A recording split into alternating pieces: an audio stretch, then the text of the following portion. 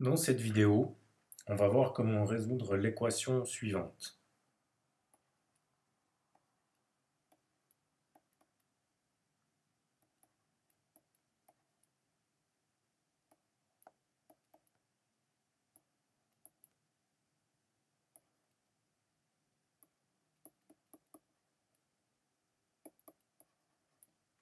On observe tout d'abord que le symbole plus ici nous empêche de mettre l'équation sous une forme agréable, c'est-à-dire nous empêche d'obtenir quelque chose de la forme e puissance x ou e puissance f de x même. E puissance f de x est égal à une constante, ce qui nous permettrait de passer au logarithme. F de x est égal à logarithme naturel de cette constante qui nous permettrait de résoudre. Donc là, on ne peut pas faire ça à cause de ce plus-là qui ne permet pas, vu les propriétés de l'exponentielle, de regrouper en fait tous ces exponentiels en une seule. Donc on doit analyser la structure de l'équation, essayer de trafiquer avec les propriétés, ce qu'on peut faire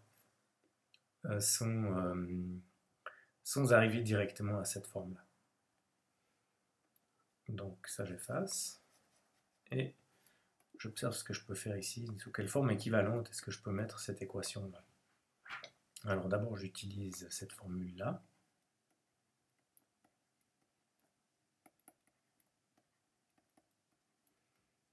Pour ce bloc ici.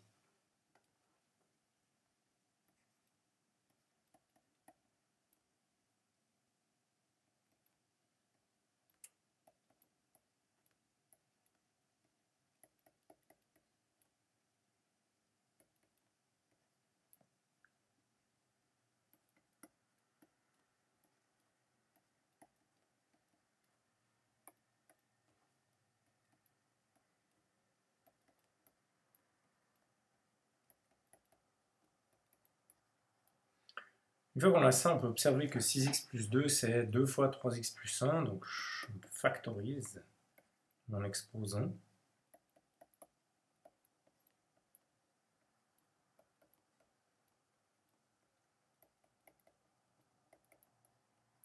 Toujours avec des propriétés élémentaires. Et je peux écrire, grâce à cette propriété-là,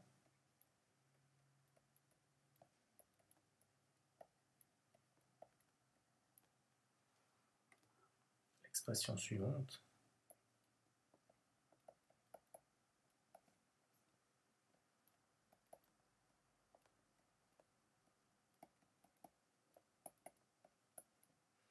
Et je vois apparaître ici deux expressions identiques, e puissance 3x plus 1. Alors, ce que je vais faire maintenant, c'est utiliser une substitution.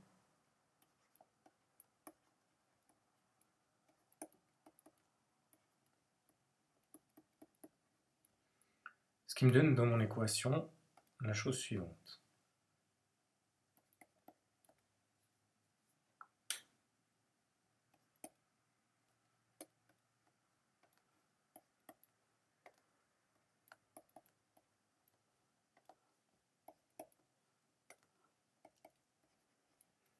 Là, je vois que j'ai ramené mon équation en exponentielle à une équation du second degré.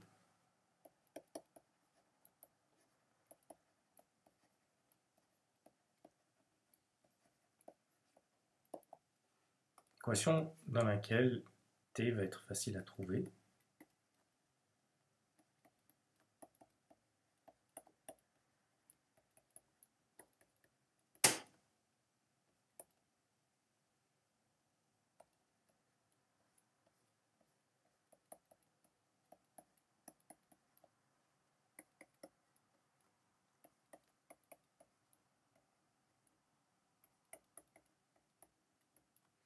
J'obtiens donc deux valeurs, t égale 2 ou t égale moins 5. Je me souviens que j'ai fait cette substitution, donc je reviens l'expression symbolique que j'avais remplacée par t, ça me donne ceci.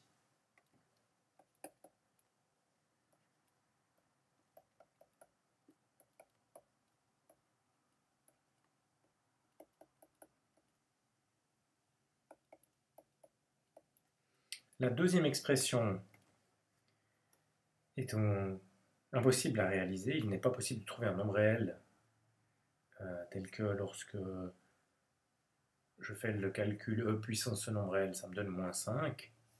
Je peux éliminer cette solution. Donc maintenant, il me restera à résoudre cette équation-là.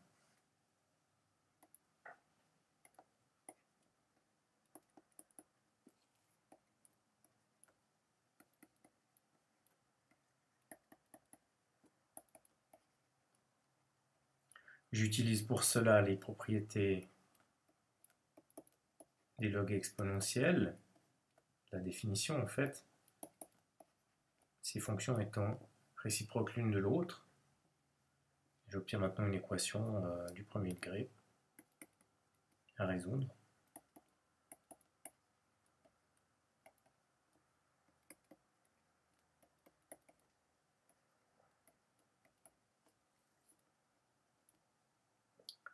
Mon équation de départ admet donc une solution, qui est celle-ci.